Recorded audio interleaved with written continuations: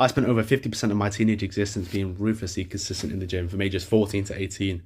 I also did over 200 workouts in the year of 2025, and my best month for gym consistency was October 2025 when I did 22 workouts in 26 days. Insane, from the 5th of October to the 31st.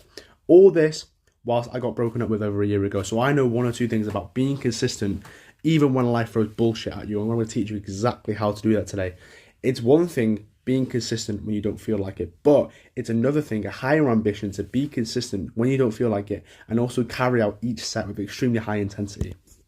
Look, training intensity is one of the most important things. So when you don't feel like it, you still need to train very, very hard. And that's extremely difficult. And most people just settle for going when they don't feel like it and taking off the box. But I want you to train with extremely high intensity so you can build a physique that you actually fucking want. The one method that I've been able to actually use to do this is called ripping the band-aid or ripping the wax strip, right? So I want you to imagine your mate just walked in, he's giggling, he's tiptoeing over, bang, slaps a massive wax strip all down the middle of your quad.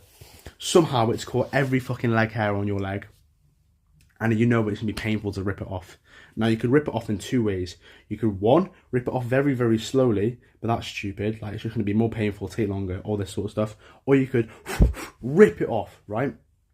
And I want you to imagine that second version of yourself, and I want you to treat every single set like that second option, ripping off the wax strip. Now, basically what that means is just be very hype and do it with very, very hard intensity. And I'm going to teach you exactly how to do that today.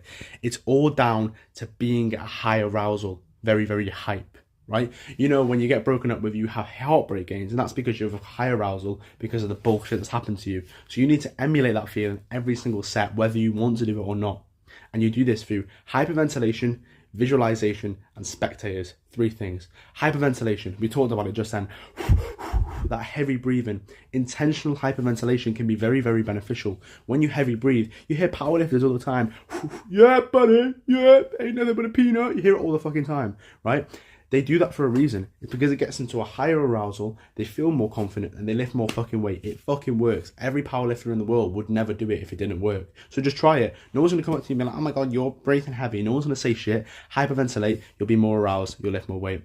Visualization. Visualize yourself getting broken up with. Visualize yourself being done dirty by someone. Remember that time when that friend said that to you and it really pissed you off? Think about it. Instead of replaying how painful the set will be in your mind, replay that scenario again. You'll be more hype, more aroused, lift more fucking weight.